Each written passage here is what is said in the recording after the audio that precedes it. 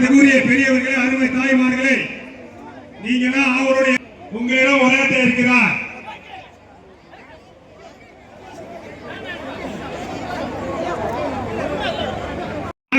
தாலி கொடுத்தார். ஆனா இந்த திமுக ஆட்சியிலே நமது திட்டத்தை பூரா எதுவுமே செய்யவில்லை.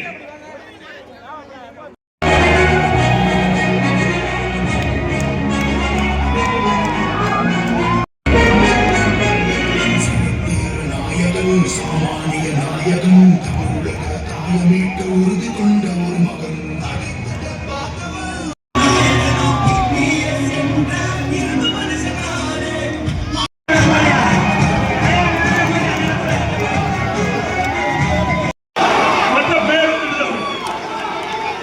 ஒரு நாளைக்கு 1.5 கோடினா 15 கோடி ஒரு நாளைக்கு இன்னைக்கு டாஸ்மாக் கடையில் மட்டும் வருது.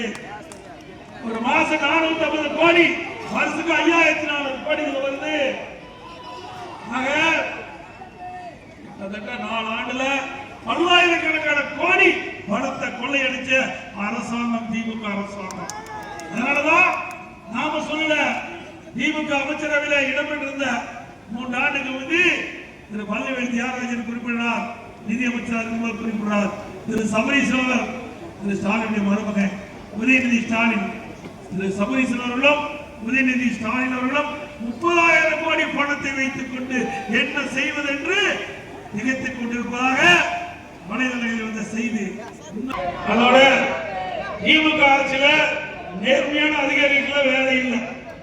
திமுக யார் ஜாலரா போடுறா, யார் தப்பு கட்டுறா, அவங்கதான் தூக்கி தத்துவோம். அது அமைச்சராக இருந்தாலும் சரி, அதிகாரம் இருந்தாலும் சரி, எல்லாம் ஒண்ணுதான்.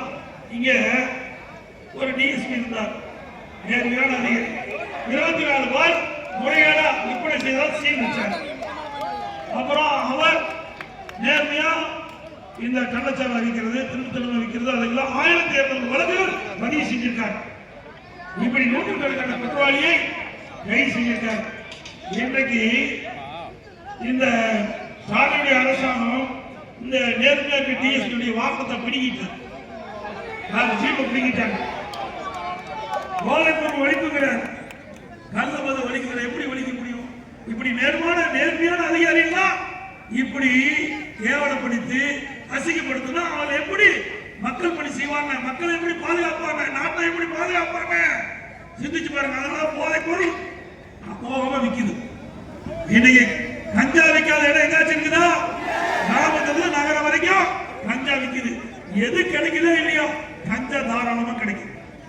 மாணவர்கள், இளைஞர்கள், பொதுமக்கள் கஞ்சாவுக்கு அடிமையாகி சீரழிகிறாங்க. அந்த போதைக்கு அடிமையாகிட்டா அவனை திருத்தவே முடியாது. அப்படிப்பட்ட கேடுகட்ட ஆட்சி திமுக ஆட்சி. நீ சிந்திச்சு பாருங்க. திரு ஸ்டாலின் பேசுறார், போதையில் செல்லாதீர்கள்.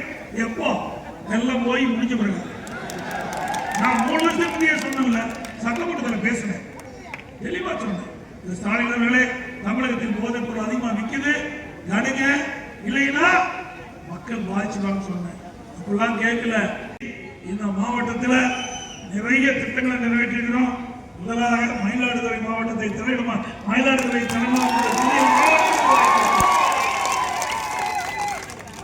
அது மட்டுமல்ல, இந்த புதிய மாவட்டம் ஏற்படுவதற்கு மயிலாடுதுறை மாவட்ட ஆட்சியர் அலுவலகம் கட்ட இடம் நம்முடைய தருமபுரம் ஆயுதம் கிட்டத்தட்ட 11 கோடி ரூபாய் வழங்கியது. அதற்கு நன்றியை